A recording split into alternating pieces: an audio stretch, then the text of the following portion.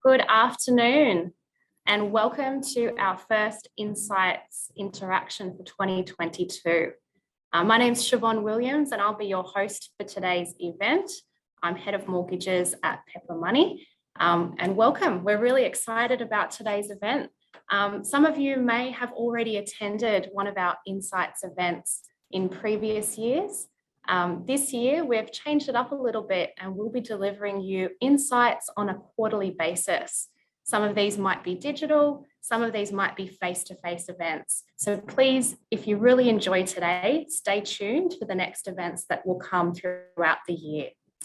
The first one, obviously being a digital event, we will get some feedback from you on how today runs, and that will also heavily influence both the content and the method of presentation for our future events. So stay tuned.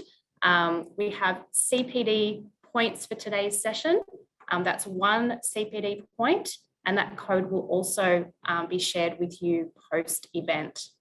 So without further ado, we know that you've all signed in today to hear some updates from our keynote speakers. So I will introduce our keynote speakers for you this afternoon. We have Chris Hill, Head of Residential Valuation and Advisory at Knight Frank. Welcome, Chris. And we also have Neil Culkin, who is our Head of Credit and Settlements, both for residential and commercial at Pepper Money. So a little bit about Neil. Now, I've worked with Neil. I've had the pleasure of working with Neil for many years, and I've really enjoyed his common sense approach to rate for risk lending. He's got an over 20 years career in credit. And as mentioned, he's our Head of Credit and Settlements for both residential and commercial. He's responsible for the credit and originations function that he oversees, both the underwriting and credit control of our loan applications and managing the lending policies and guidelines. But first up today, we have Chris Hill, who is a highly experienced and well-regarded in property and valuations. He's been with Knight Frank for 14 years and has held the role of National Head of Residential Valuation and Advisory since 2017. He's really passionate about property markets and the valuation sector. We're really happy to have him on the call today. So over to you, Chris, for your valuations update. Welcome. Thank you very much. And just confirming that you can all hear and see me okay? Yep, I'll take that as a yes. Fantastic, we're on to the slides. Thank you for having me. We've got a lot to jam pack into a 15-minute window today, everyone. But for those that aren't aware who Knight Frank are, we're a global property consultancy firm. We've been around for 125 years, surprisingly. We've got three arms. We've got the agency arm, the property management, and obviously the valuation. So a lot of people recognise our brand in front of industrial buildings or office buildings, but we have a huge valuation coverage within Australia, both in residential and commercial. Our strengths more recently have been in expansion up and down the east coast of Australia. So we've got full national coverage. So I'm sure that everyone who's attending today may have seen or came across a Knight Frank valuation report at some point in time. So we'll jump over to the next slide. Thank you. So today we're going to touch on the couple of aspects. First of all, we're going to do a residential market update and then a brief commercial one as well. Residentially speaking, I think everyone will be well aware that there's been insatiable demand in the residential space nationally, primarily due to the COVID pandemic. There's been a lot of hold-ups over the last 12 months and 24 months really, in varying shapes and forms depending on which state you reside in. But there's been huge demand that's outweighed the supply piece of the jigsaw. So I guess we've all become accustomed to double-digit growth, and particularly in Sydney and Melbourne, where we've seen that for quite a few years now. But in more recent times, and particularly the last month, market conditions seem to have cooled slightly, particularly in the larger markets of Sydney and Melbourne. And that's primarily due to an influx of supply to the market, and obviously with the other attributes that come with that. So auction clearance rates are still quite high in both of those cities, but they are starting to cool a little bit, and there's not as many people attending auctions. And I guess a large part of that is due to, there's a lot of noise about interest rates increasing, and a lot of global uncertainty obviously at the moment as well. And that does impact consumer confidence. But in the whole, I have a really positive outlook for the residential market,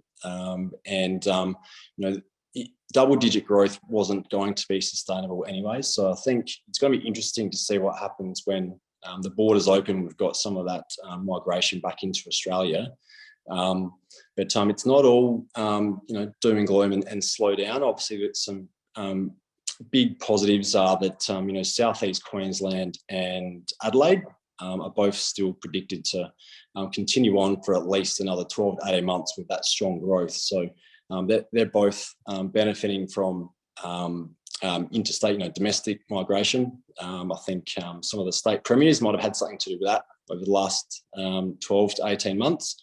There's some really exciting projections for both Queensland and South Australia moving forward as well.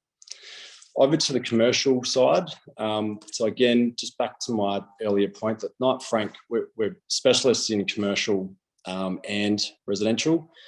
The sub 5 mil commercial market is a particular specialty of ours. As a company, we value all sorts, and particularly from a specialised end of the spectrum, hospitals, farms, industrial warehouses, shopping centres, but right down to that sub 5 mil to sub 10 mil market as well, which is where I know a lot of people online today will have customers who play in that space. And obviously Pepper is an expanding force in that market as well.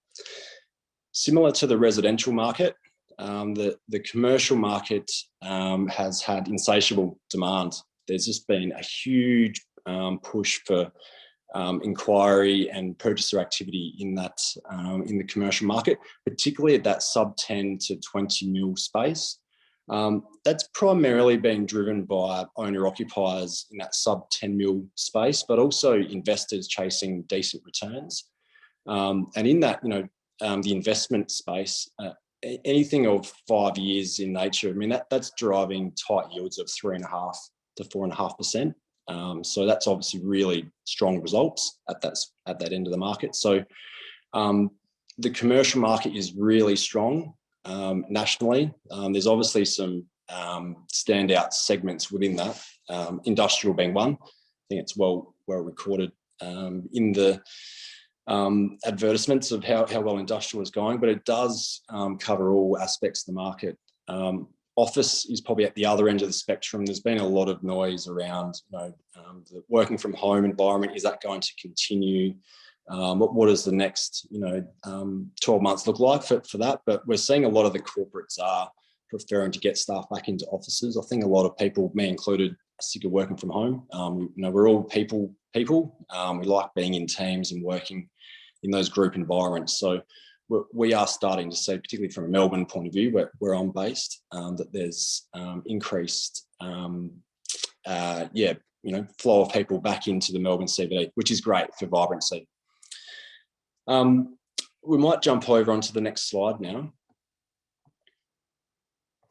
So from a tech and innovation point of view, similar to the banking environment, that the valuation world has undergone a significant change in the technology space. I remember 14 years ago when I started physically printing reports, hand signing and faxing them back through. So like any industry, COVID really amplified the technology direction of our firm, but also our industry as well. I'm sure a lot of people online today will have encountered the difficulty of getting a client's home or inspected by a valuer, whether that was because of someone being a close contact or someone being infected with COVID or otherwise. So as an industry, we've pivoted and we were able to conduct virtual inspections, which was great for obviously business continuity and workflow to continue that credit flow. But we understand that, as you all do, that speed of results is really important. That time to securing a customer, that's really, really important, and it has been forever, but never more so than at the moment, because the finance space is incredibly competitive. So with that comes new product types. It's going to be interesting to see what happens with the traditional internal valuation, with a valuer physically walking into a home and measuring up and walking around the house. Because then at the other end of the spectrum, people will be aware of AVM, an automated valuation model. So there's a lot happening in that space. A lot of decisions are being made automatically now.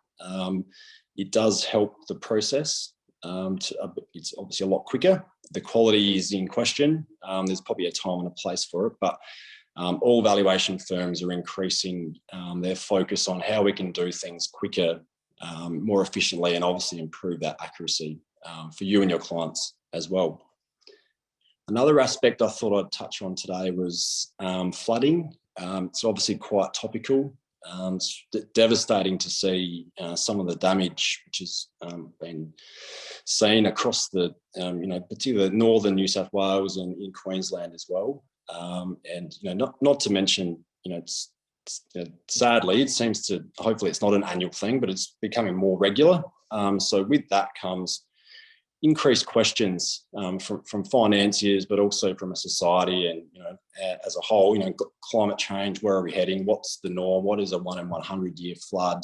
If it happens 3 years in a row, where does that leave us from a risk point of view?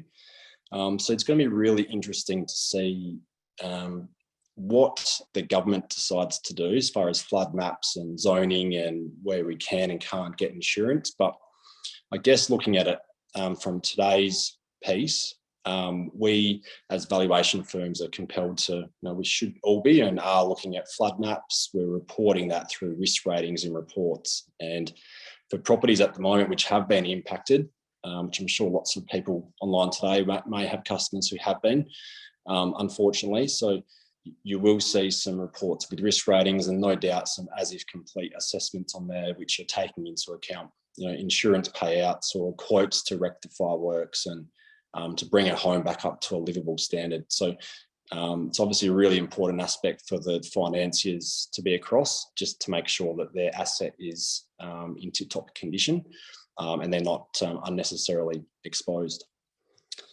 So over to the next slide. So lastly today, I wanted to talk about the customer experience. You're all customer facing, my valuers are all customer facing, and the customer journey and the experience as a whole is really a big focus of Knight Frank's and all valuation firms, but also yours, but with an outcome in mind. An outcome typically is the number. We all know that the number is the really important aspect of a valuation report, because that is the enabler of options to buy the home or to leverage to do something else. So I think empowering the customer and to help them play a part in the outcome of the report is something that I wanted to touch on at the end of my discussion.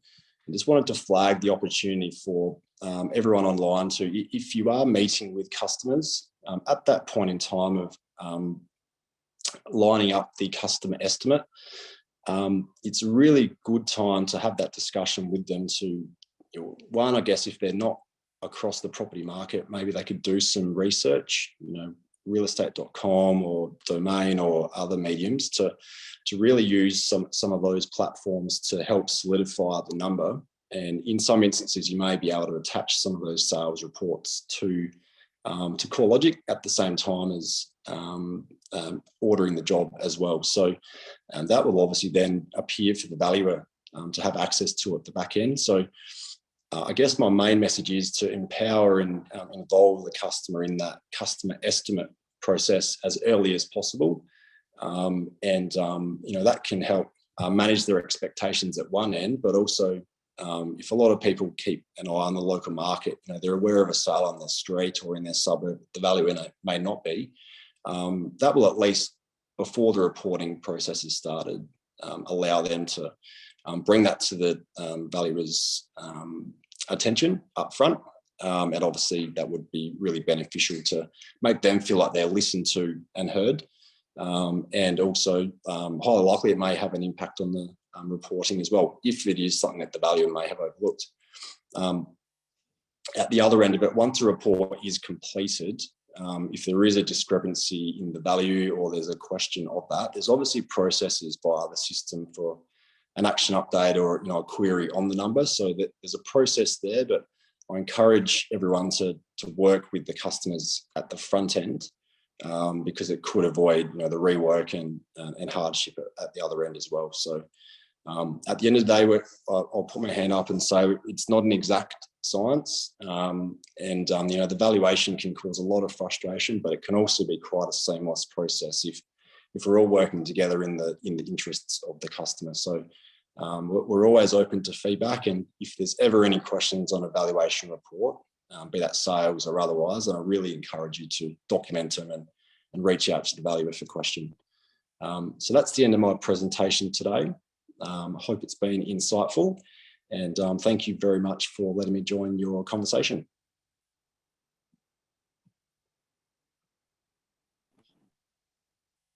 Fantastic.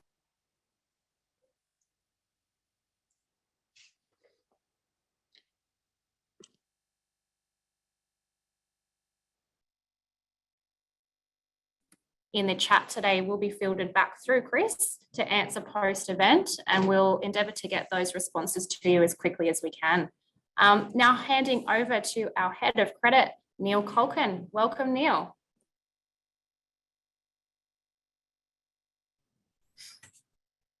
Good afternoon, all. Thank you for taking the time out of your day for joining this session, and hopefully we can provide some real value for you in this next bit.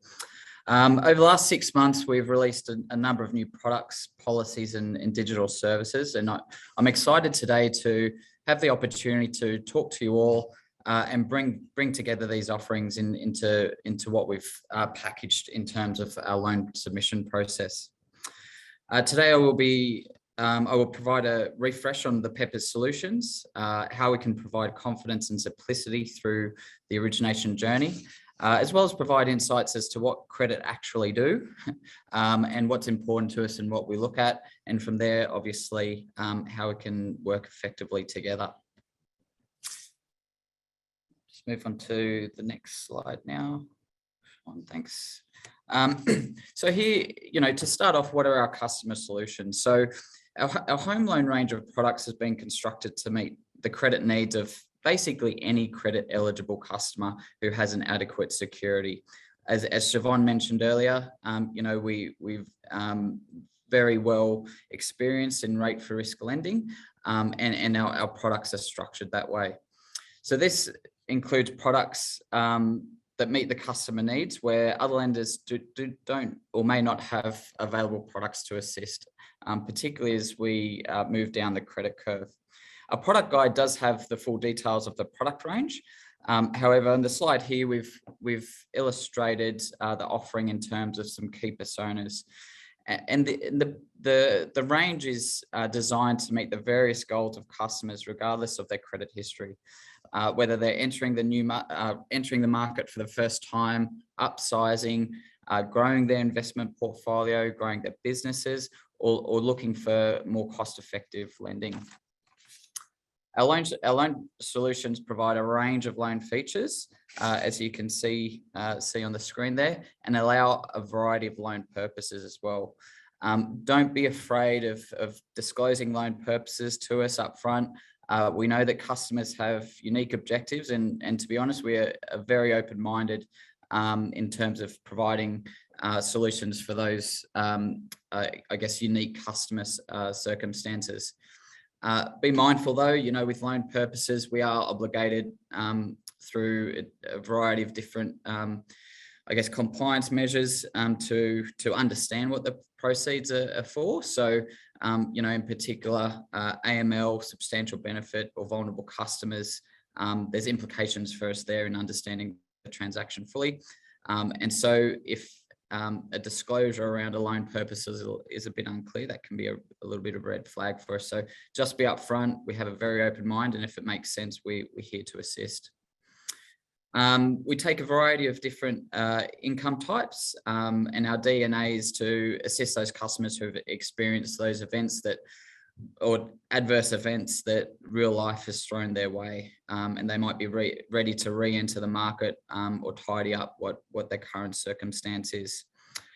We really are here to assist all these range of customers. We've established the product suite to be essentially a one-stop shop for all those customers with varying customer histories, income and employment, loan purposes, and so forth. Next slide. So acknowledging the broad range of our credit solutions, we have an incredible tool in the Pepper Product Selector whereby you can enter the basic details of the customer and the transaction and then receive the product and pricing that customer is eligible for. This allows you to very quickly check which of Pepper's solutions can assist your customer. Such offers are subject to responsible lending, serviceability assessments, and document verification. But the benefits of the tool that includes our full home loan product range. It's fast, it's easy, and it's on call for you 24/7. Now, the last illustration there is reliable.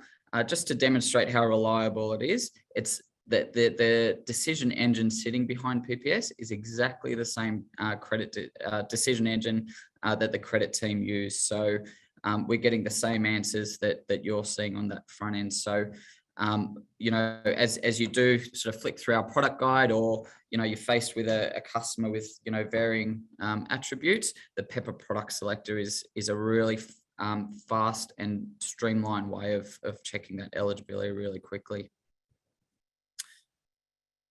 Over the last year, we've progressively released a number of digital services that have either completely replaced the traditional need for supporting paper documents to be uploaded and sent through, or provided options that align the services with other lenders you might be using, or what your aggregator systems are built in to cater for, to remove the Pepper specific forms. So we're very focused on making it as streamlined for yourselves and your customers as we can.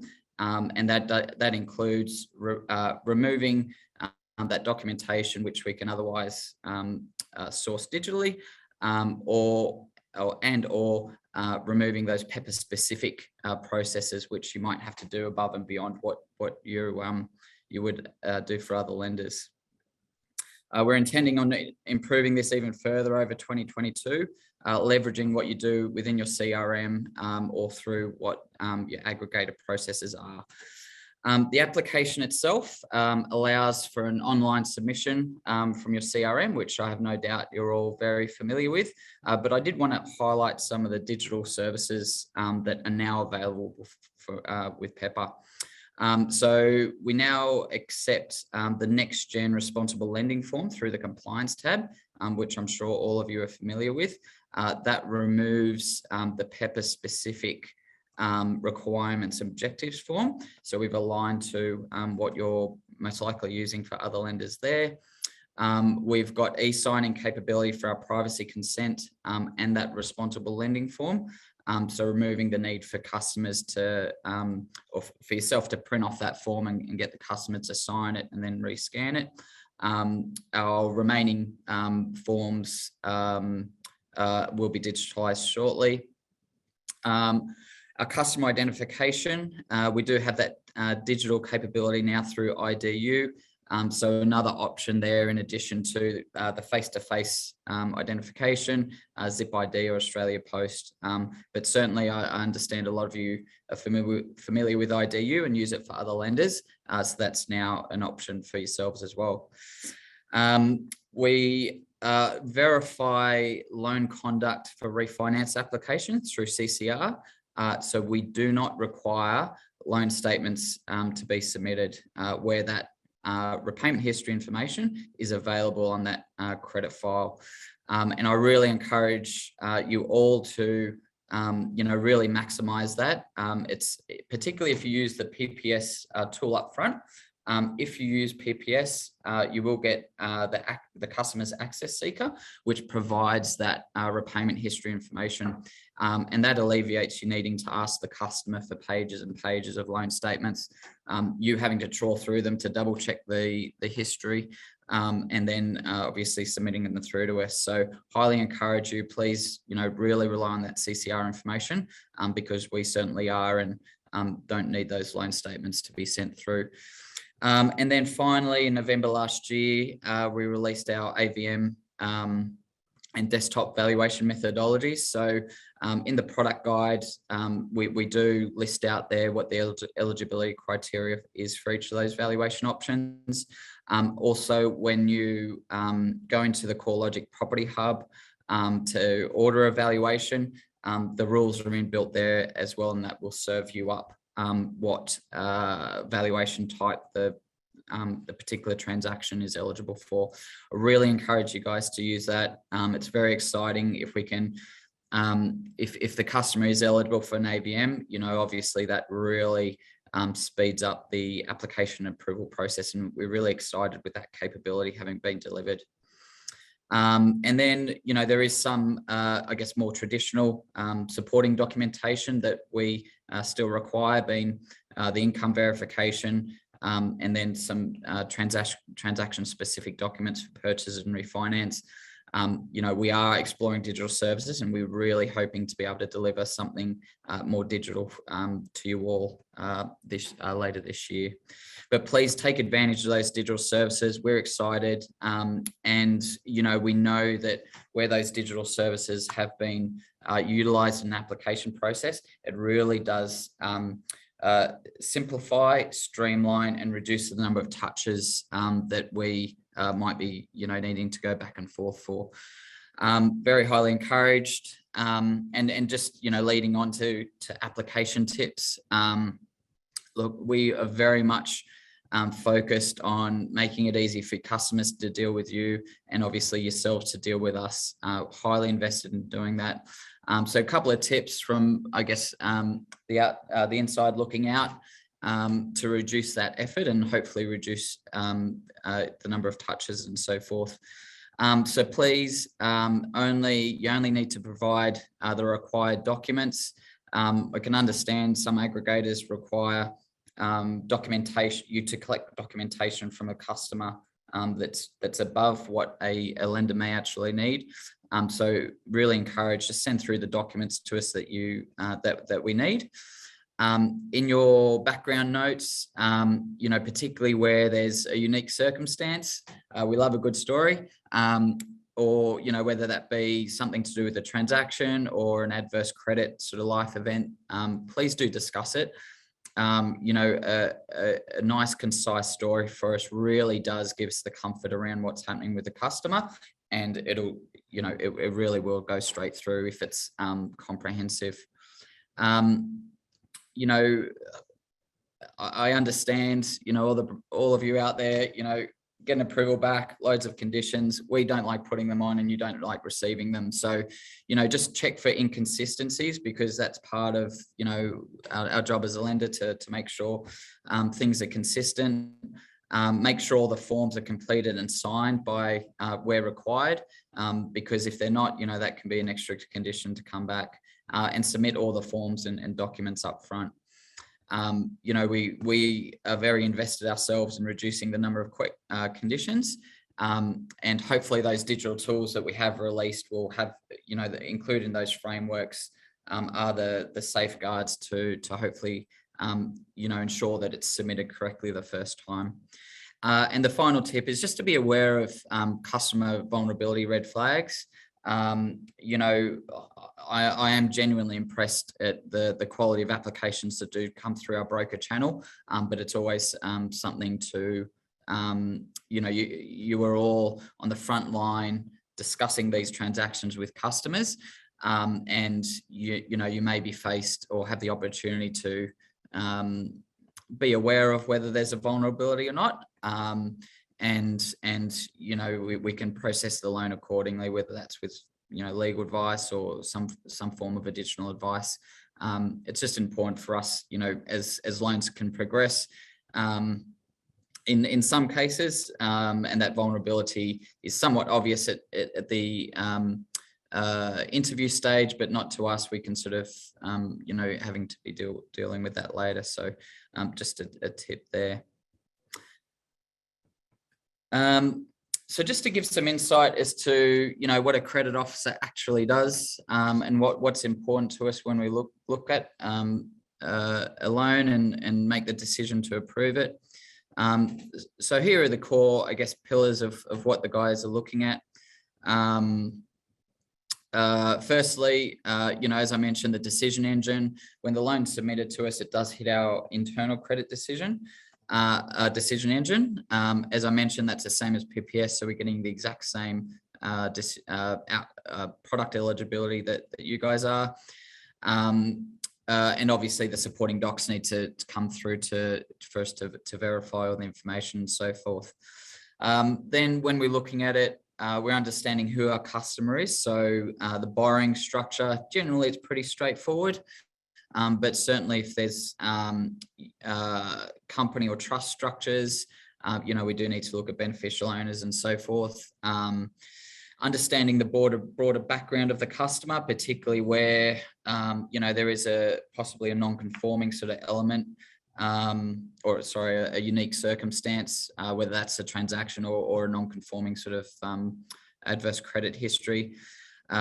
We as a lender, as with every other home loan lender in the land, have AML and VOI identification verification obligations. And certainly, as I mentioned, we've introduced that new digital service to hopefully sort of streamline that and align it to other lenders for you. And then I think we're all sort of familiar with, customers who might be sort of a bit more mature in age, just understanding what their retirement plans are, which again, if you fill out the next gen responsible lending form, that's just part of the questioning. So quite easy to submit that through to us. We look at the customers and understand what are they trying to achieve. Obviously, as a responsible lender, we're ensuring that the requirements, objectives are understood from the customer, and therefore, and as a result, the loan meets those requirements, objectives. As a lender, particularly coming out of our startup as a non-conforming lender, we always wanted to make sure that we were putting customers in a better position than what they were entering or coming to us with. So, whether that's a better interest rate or cheaper monthly repayments and so forth, we do look at that banking definition of substantial benefit. But beyond that, are we putting the customers into a good deal? We're very big believers of giving the customers the best deal we can.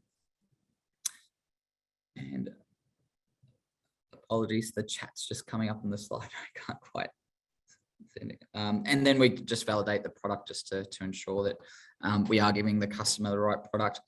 Naturally, we review the credit history. The credit bureau reports now are very comprehensive. So that's quite a, I wouldn't say quick, but it allows us to be really efficient in reviewing that credit history. We can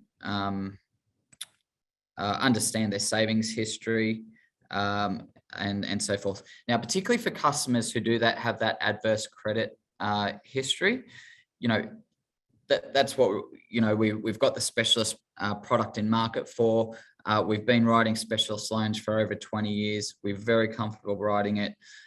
For us, it's real in determining whether to provide that credit solution to those customers. We really do understand and critically evaluate, the circumstances that have led the customer to where they might be today. And it's a range of, unique circumstances. It could be illness, it could be a failed business, it could be divorce. There really are some unique, unfortunate circumstances out there.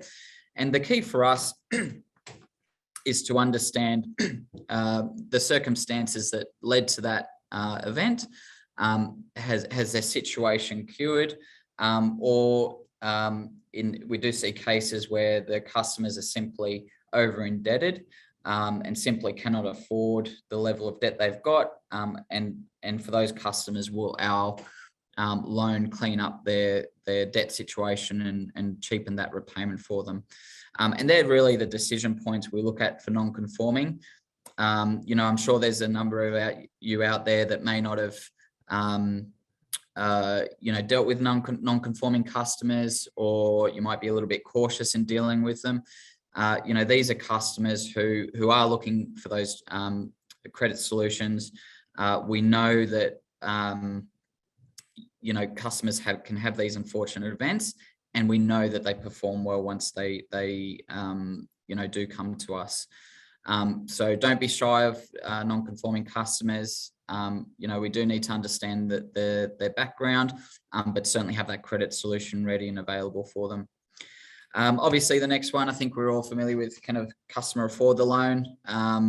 Obviously, looking at the income and employment, verifying their financial position and the serviceability test and so forth, which includes that living expense assessment.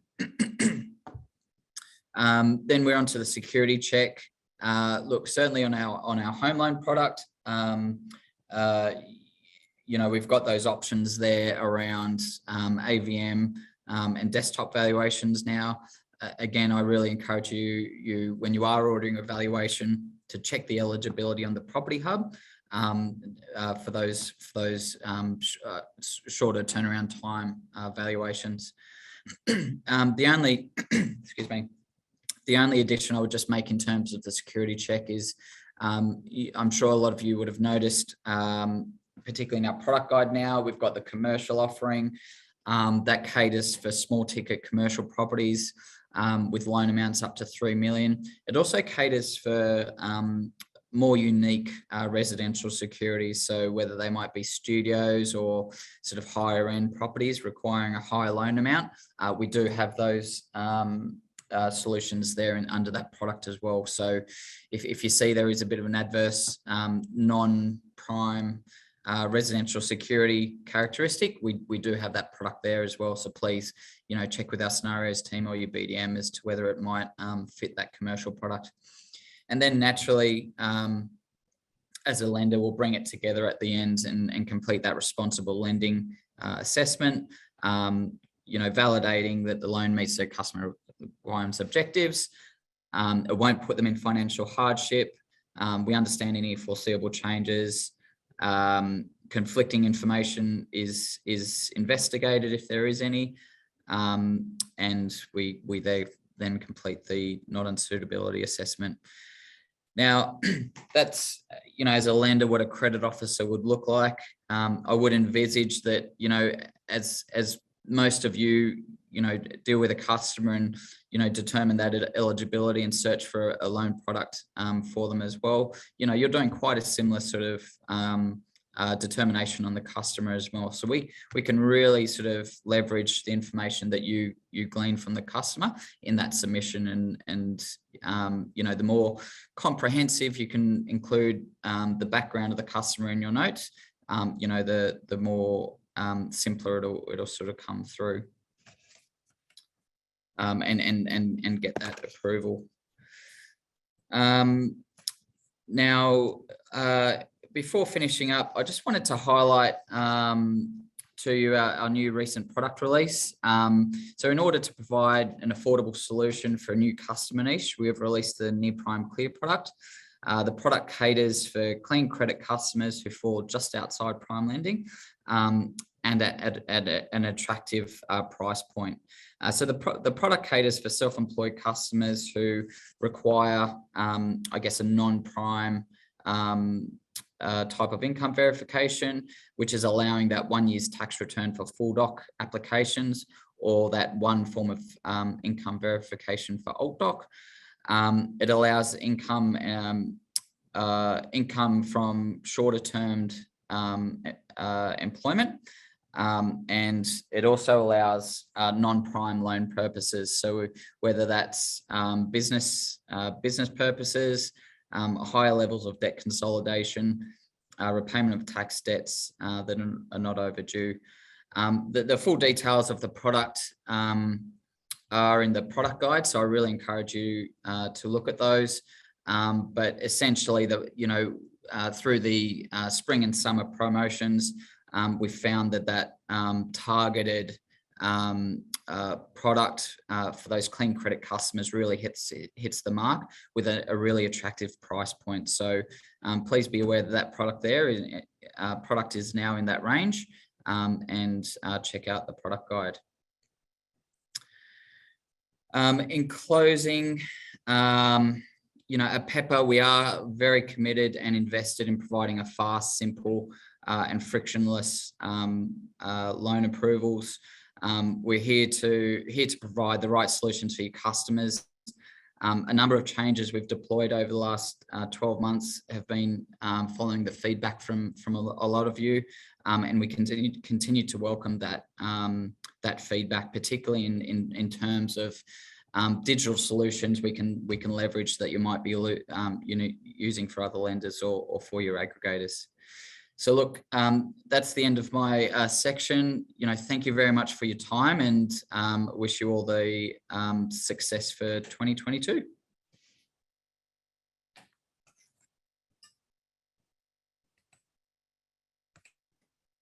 Thank you, Neil. What a fantastic opportunity to hear from our head of credit about top tips that can really help you with a quick submission, some of our digital integration, and also the exciting new launch of our Near Prime Clear product.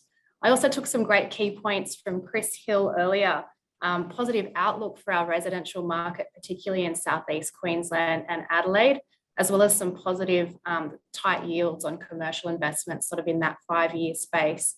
I think for those on the webinar today, the great tips to help your customer prepare for their very first valuation, I'm sure that was also extremely valuable for you. I know I've got some friends and family in that space as well. So thanks, Chris. I'll be using some of those tips when I talk to them also. So what can you expect from us now? So you'll receive a follow-up email this week, including a couple of things. So there is an opportunity for you to give us some feedback. We will have a survey. It'll include an opportunity for you to ask questions of our speakers today. Now, I've had both myself and some of my team members responding to some of your questions already in the chat, but if we have missed any, we will add those in and we'll come back to you and respond. There'll also be a link to reach out to your Pepper Money BDM, both residential and commercial. So if you'd like to talk about the great lending solutions that we have for you and your customers, click through that link and we'll make sure that your BDM gets in touch. Now, I did mention earlier, today's session is worth 1 CPD point. So we'll make sure to send you both the MFAA and the FBAA CPD point codes. Now, finally, I'm very excited to give you an exclusive sneak peek at something new that we're about to launch. For 21 years, we've worked on developing the insights, the tools, and the loan options that are needed to help our brokers and their customers succeed. But given things have been a little bit tough lately, we wanted to see how else we might be able to help. That's why we're launching the Pepper Money Shout Out. Across the next few months, we want you to nominate anyone in the industry, an individual or a group that you know that might have made a real difference to a customer or the community. And we want you to tell us about them. We'll share those stories at the next Insights event. And as a thank you, we will give some of them a special shout out award. So watch out for an email from us next week so that you can start nominating. For now, we are delighted to introduce the shout out with this beautiful story about Shannon.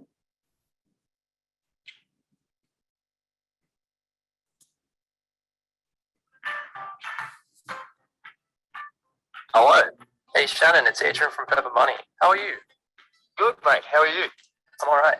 So the reason I'm calling is, look, we've been following your success with the Saints Blind AFL team, and also the great work that you do with the Saints Play program, helping kids with a few challenges experience the benefits of playing footy for the first time. That's really wonderful, and it must mean a lot to you. Oh, yeah, 100%. I love doing it. It makes me happy. If you don't mind me asking, what drives you to do this work? Oh, I just love teaching kids footy. I grew up loving footy myself, and just passing on my knowledge of footy to kids is what I love doing. So yeah, it's awesome. It's fantastic. It must be really rewarding. At Pepper Money, we're big on helping others succeed, and wanted to give you a shout out for you doing the same thing. So we want to do something we hope will make a difference for you. How would it be if we funded a pilot program for you to run that enabled you to bring some vision impaired kids onto the Saints Play program? Oh wow, that would mean the world. Oh wow, bringing a tear to me eye. Wow, this is great. God. Same here. Wow, that would be amazing. I'm shaking at the moment. Oh, don't worry, so am I. Crazy. Yeah, no. Wow, I don't know what to say. Thank you very much. And since you've given so much to others, we'd also like to do something for you personally. But how would it feel if Pepper sent you, your partner, and your daughter Molly to the Gold Coast for a few days? How does that sound to you? Oh wow. It's awesome. I don't know what to say. Wow, this is crazy. It's not something I expected. So. Oh, that's good. I don't do it for the rewards or anything. My reward is the smile on the kids' faces. That's exactly why you were picked for this shout out. Super selfless to it. You dedicate a lot of your own time. Wow. No, it's amazing thing. Thank you very much. I hope you have a fantastic Friday and a lovely week.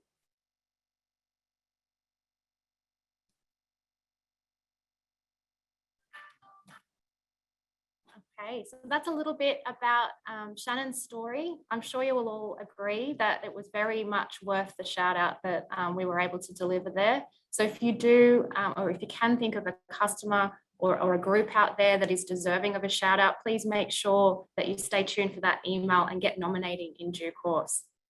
Now, I've already thanked our speakers, but I'd also like to thank you for taking time out of your day to join us. We've enjoyed having you, and we can't wait to hear a little bit of feedback about today's session. Have a fabulous day, and until next time, we'll see you then. Thank you.